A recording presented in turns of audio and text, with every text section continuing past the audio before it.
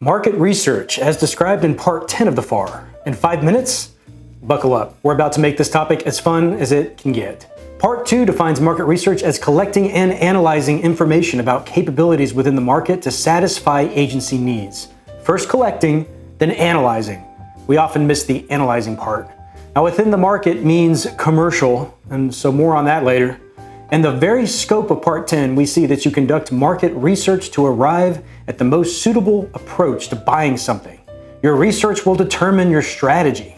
Just as a side, we also see the statutes requiring market research. So that's right, it's the law. Unlike other parts of the FAR, the policy section 10.001 is just as long as the procedures section in 10.002. The first thing FAR Part 10.001 emphasizes is identifying your needs. This is where it all begins. You need to understand what you're looking for. And then next we move to when market research should be conducted. Now let's look for some kind of pattern or recurring word. Tell me if you spot one. Before developing new requirements, before the solicitation, before deciding to bundle, before using an ordering vehicle. It uses this word so much it starts to sound like a made-up word. Before. And then it says ongoing basis. So basically, at all times you do market research. 10.001A3 discusses the purpose of market research information. And it's pretty straightforward. First thing to keep in mind, it's really all about finding existing commercial sources. Now these days, not finding any commercial solutions is becoming less and less of a reality. With customization of commercial applications, they can even be heavily modified to meet unique government functions, so there's really no excuse to not go commercial. Also, market research is not just about finding sources to meet your needs. Now that's important, but it also talks about knowing the source's practices. This is crucial because being a good business advisor isn't just about knowing what's out there, but understanding how things work in the market. Now let's make this simple. You need to identify sources, and then you need to know their practices. Have your thumb on the pulse of the market. Part 10 calls this customary business practices. This is the most overlooked step in market research today, I believe. Other purposes include looking for small businesses and making sure IT offers are Section 508 compliant. Next, we have a section that says, don't request from companies more information than the information necessary. Translation, don't overdo it, or don't be weird. Make it easy on the market and only ask for what you need. One thing that keeps coming up, and this should be discussed, is the idea of consolidating requirements into one larger contract. Now that makes sense. The goal is often to save costs, streamline processes, or improve efficiency. However, if those little contracts were performed by small businesses, and the consolidated contract is so big and complex that small businesses can't compete for it anymore, well, that's called bundling. And it's bad for small business and generally not allowed. Bundling is like the destination wedding of government contracting. You want to limit how many come to your party?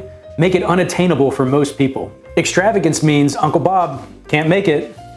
Okay, well, we've already gone through half of part 10 and we still don't know how to conduct market research. Okay, we'll get to that. Just chill out, viewer. First, you figure out how you will define and communicate your basic need. Be clear and helpful so industry understands what you're looking for. Tell them any relevant constraints or laws like security restrictions. Remember, market research is a two-way street between government and industry. Okay, we finally get to techniques in 10.002B2 and really doesn't tell you a lot. There are some techniques that I like to call checking your house first.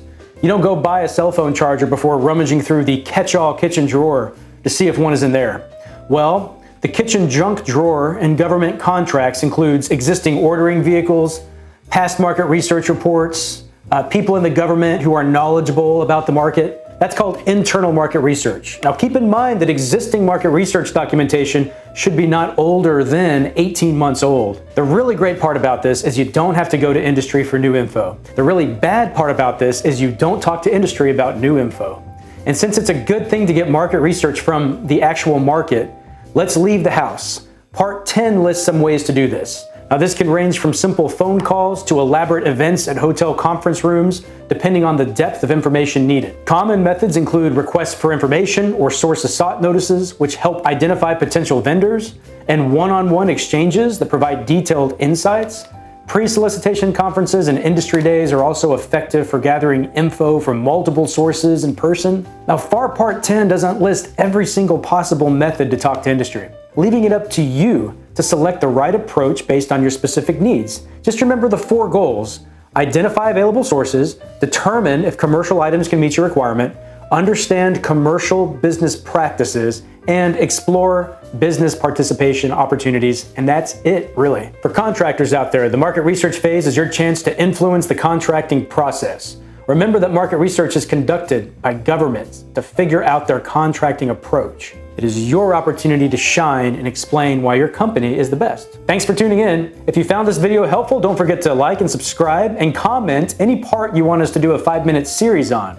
Until next time, keep researching and making informed decisions for your country.